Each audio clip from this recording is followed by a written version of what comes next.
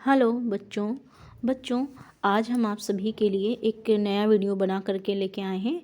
ये आपके उर्दू ग्रामर का यानी कि उर्दू कवायद का ये हिस्सा है और आप सभी के लिए हर क्लास में आप सभी के लिए ये ज़रूरी है। 9th से लेकर के इंटर तक के जितने भी पेपर होते हैं उन सभी में आपका ये ग्रामर का पोर्शन यानी कि ये वाहिद और जमा जो आपको दिख रहा है ये ज़रूर आता है।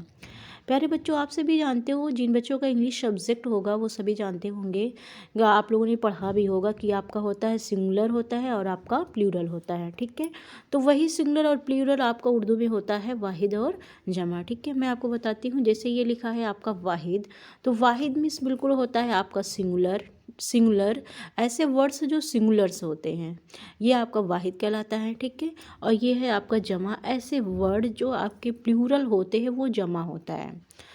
अब देखते हैं हम थोड़ा सा क्या है हमारा वाहिद जमा का। देखिए, अगर हम डिफिनेशन पे जाएं यानी कि अगर उसकी तारीफ पे जाएं तो वाहिद, वैसे वाहिद मीन्स होता ही है अकेला। ठीक है, वाहिद मीन्स क्या होता है, अकेला ही होता है। और जमा के माने हैं कि जैसे आप सभी जानते हो कि कोई चीज़ जो जमा की जाती, जैसे अगर एग्जांपल हम लें कि आप बचपन में छोटे रहते हो तो पैसे को आप जो एक एक पैसे को जो आप इकट्ठा करते हो आप बोलते हो कि हमने ये पैसे जमा किए हैं, यानी आपने इकट्ठा किया है। तो आपके जो एक एक चेंज से मिल करके आपका बहुत सा पैसा बन जाता है, यानी वहीं आपका जमा हो गया। कहने का मतलब है कि एक से ज़्यादा जो चीज़ें होती है वो आपकी जमा कहलाती हैं, और वाहिद जो होता है वो आपका अकेला यानी कि सिर्फ और सिर्फ एक ही चीज़ कहलाती है ना। तो देखिए, ये है आपका वाहिद। अब देखते हैं हम इसकी डेफिनेशन क्या है। चलिए दिखाते हैं हम आप सभी को। वाहिद देखिए यहाँ पे दिया हुआ इस्म की वो सूरत है जो एक चीज़ के लिए इस्तेमाल हो, वाहिद होता है। यानी इस्म की सूरत जो आपको मैंने इससे पहले बताया होगा कि कवायद में बताया होगा कलमा की किस्में आपका आता है इस्म यानी कि आपका इंग्लिश में होता है नाउन होता है ना। इस्म यानी नाउन की वो सूरत है जो एक चीज़ के लिए इस्तेमाल की जाती है। हमने बताया कि वाहिद माने अकेला, वही कह रहा है यहाँ पे एक चीज़ के लिए। आप यहाँ पे गौर करिए, दिखा हुआ है कि एक चीज़ के लिए इस्तेमाल की जाती है वो आपका वाहिद कहलाता है। मसलन, अब देखिए मसलन यानी एग्जाम्पल आपका क्या दिया है।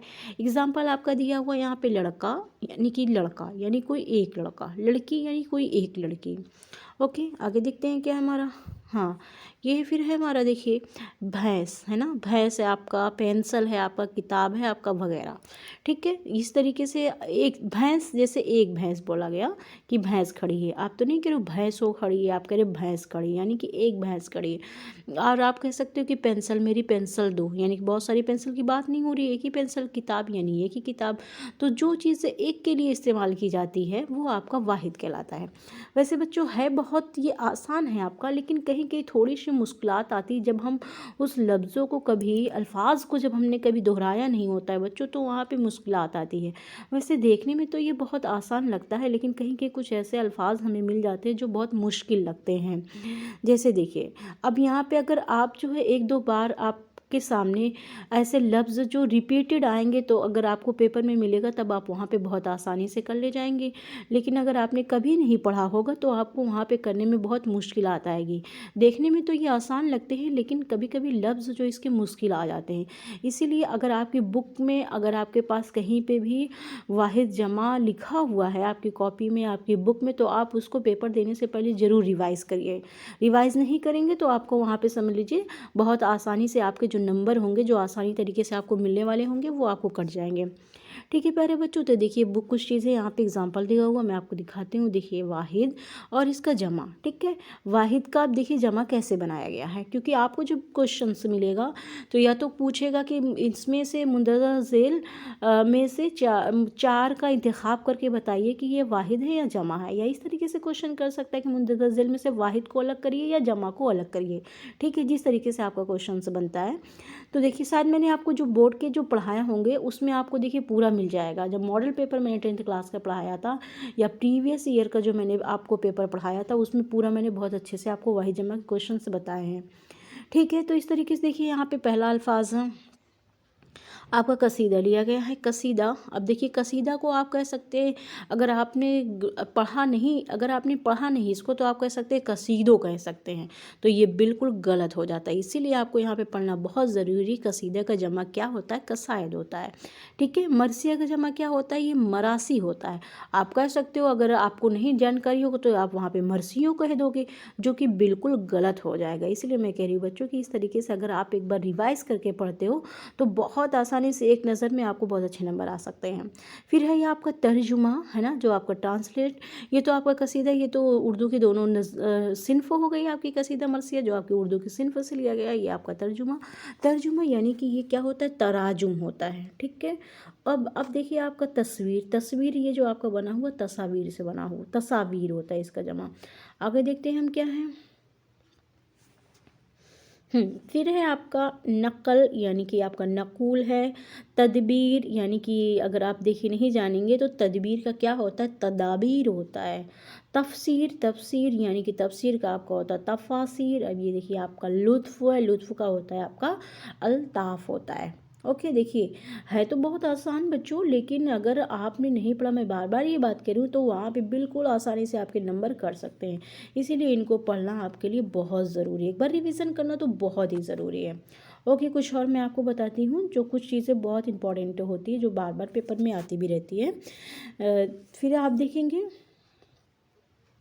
नक्स। फिर आपका है ये नकायस। फिर आपका नसीहत है। नसीहत, नसाहे। देख रहे हैं आप कितना मुश्किल है नसीहत का नसाहे। फिर है आपका लतीफ़ा। लतीफ़ा का आपका लताइफ। फिर आपका वजीफ़ा, आपका है वज़ाइफ। आपका तोहफ़ा। तोहफ़ा की जमा क्या होगा? तहाइफ। रस्म, यानी कि इसकी जमा क्या होगी? रसूम। रक़्म, यानी इसकी जमा क्या होगी? रकूम। किताब, जो आपका एक है ना, अभी मैंने एग्जांपल में बताया था, क्या हो जाएगी? कुतुब हो जाएगी। आपका खातून है, ये आपका खवातीन हो जाएगी। और ख़ास, यानी कि आपका खवास हो जाएगा। आर्ज़ा, यानी कि आपका हो जाएगा अवारज़ात। यानी कि रोज़ा, इसकी जमा क्या हो जाएगी? रियाज। यानी कि अकबर, इसकी जमा क्या हो जाएगी? अकाबिर। ये है आपका तकरीर, इसकी जमा क्या हो जाएगी? तकारीर। ठीक है। ये है आपका उम्मत। उम्मत की जमा क्या हो जाएगी? उम्मम।